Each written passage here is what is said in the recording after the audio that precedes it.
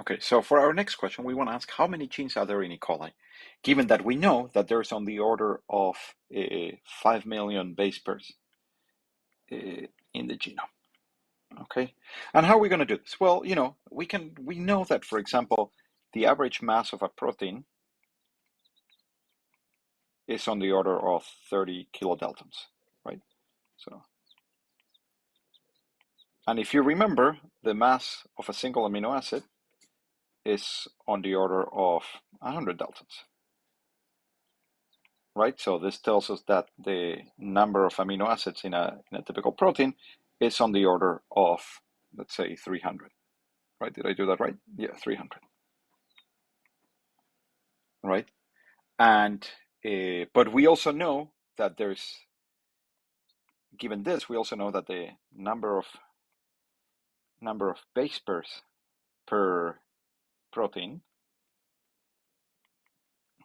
is, 3 times the number of amino acids, which we'll call 1,000 base pairs.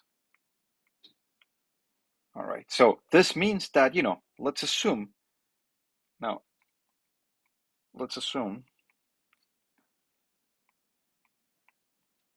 that genes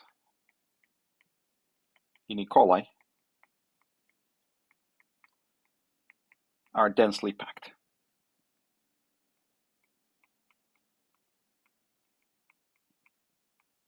What does this mean? What this means is that the number of genes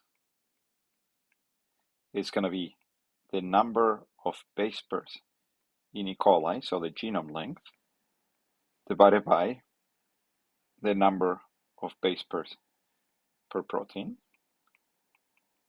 okay, which is, 5 times 10 to the 6 base pairs divided by 1,000 10 to the 3 base pairs, which is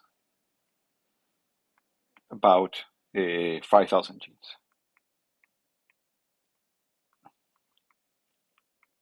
Okay, and what you can see in this plot here on the left is that this assumption works pretty well. This estimation works pretty well. If you think that one gene is on the order of 1,000 base pairs, both for bacteria and archaea, the number of genes scales linearly with the genome size with that slope.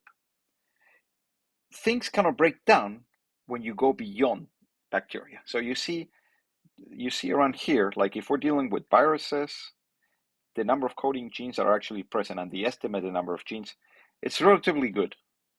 Okay, if you look at bacteria, there's a pretty good agreement between the actual number of genes and the estimated number of genes. But you see that this starts breaking down once you go into eukaryotes.